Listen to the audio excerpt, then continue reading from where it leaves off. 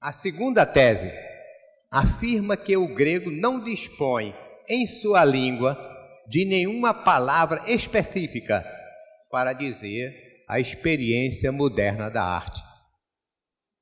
Para tanto, não se prestam nem techne, nem poiesis, nem musiké, nem mimesis.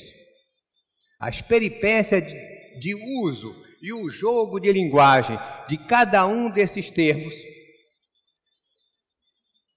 são variados e complexos, mas nos servem para nos aproximar da experiência inaugural da luz dentro do exercício da arte grega.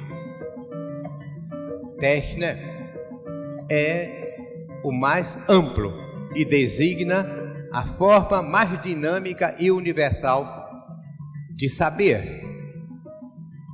É saber ser. Uma competência produtiva que deixa o real realizar-se em novos modos de fazer, de acontecer, de advir. É da techne, é na techne, é pela techne que emerge a possibilidade, por exemplo, de a madeira vir a ser cama e mesa, como diz Platão na República. Poiesis, derivada de um verbo contrato, poel, nos reporta ou para a produção em geral, no sentido de qualquer processo de conduzir e deixar aparecer novas condições de realização, ou nos remete para o tipo mais específico e poderoso de produção, que é a poesia.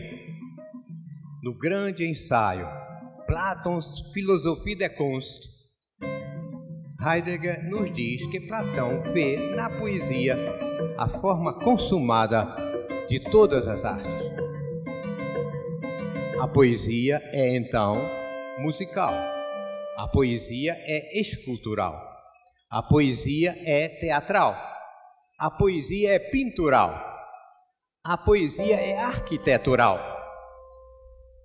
A poesia é não verbal no próprio seio e exercício do verbal.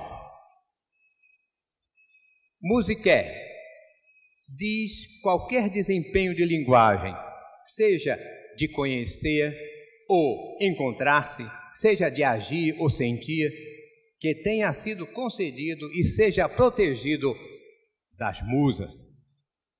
Trata-se de um desempenho de caráter criativo, isto é, que faz passar do não ser para o ser, ek tu meontos estoon, nas palavras lapidares da formulação memorável do Simpósio de Platão, quer se trate de uma passagem verbal, quer pré-verbal ou não verbal. Mimesis designa toda reprodução, isto é, todo procedimento que deixa aparecer um real já dado e vigente nas possibilidades e com as possibilidades de um outro real, também dado e vigente. Assim, toda atividade humana de qualquer natureza não é criativa ou produtiva, é mimética ou reprodutiva, seja ela expressiva, seja impressiva ou repressiva. Neste sentido, toda arte, quer seja plástica, musical, teatral, arquitetural ou pintural, é sempre mimética, embora não seja apenas e somente mimética. No entanto, não se deve confundir reprodutivo com representativo, com figurativo ou repetitivo. Só e exclusivamente representativa, nenhuma representação consegue ser. Só e exclusivamente figurativa, nenhuma figuração vem a ser. Só e exclusivamente repetitiva, nenhuma repetição chega a ser.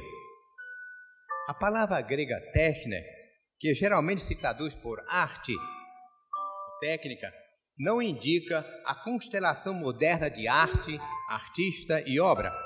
Téchne abarca tanto a arte no sentido moderno quanto o artesanato e a confecção das artes e dos ofícios.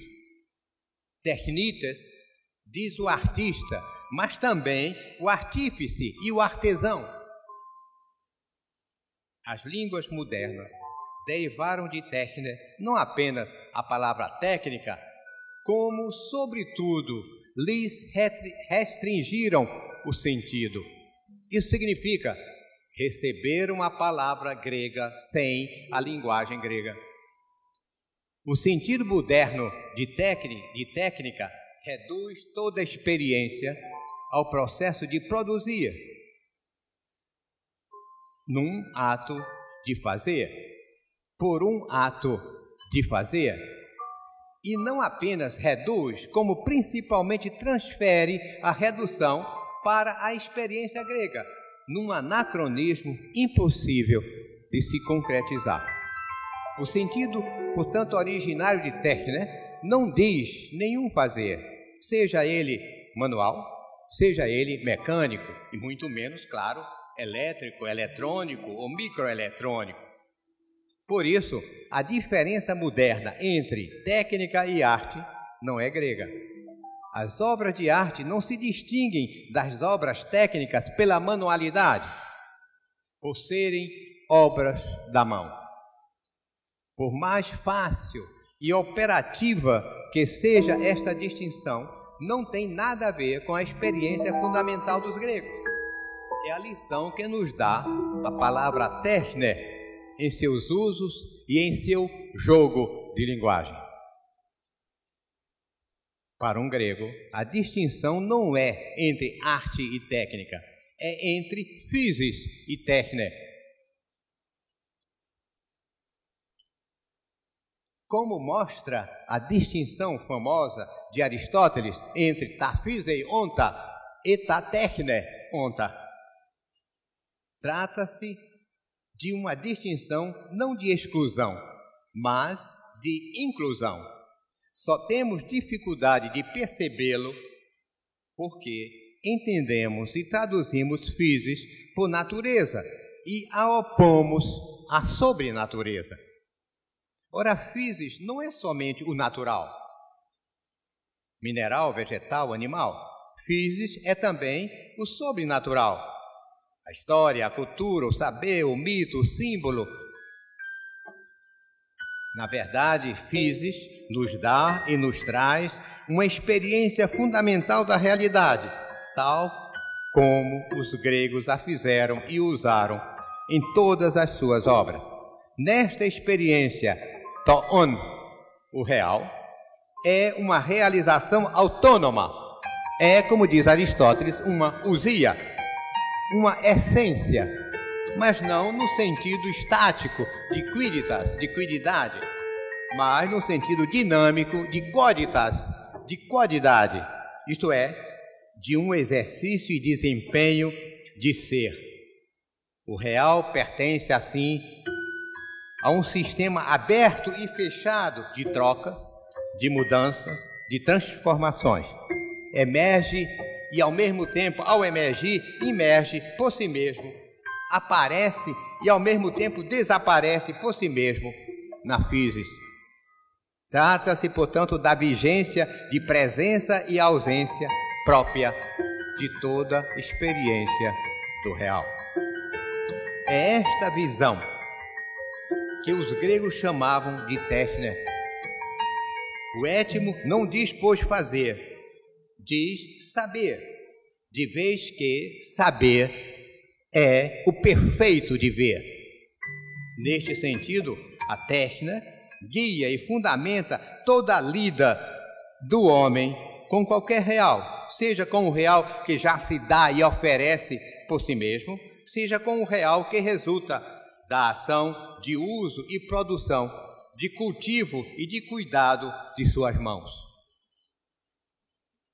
Mas em todos esses modos de ser.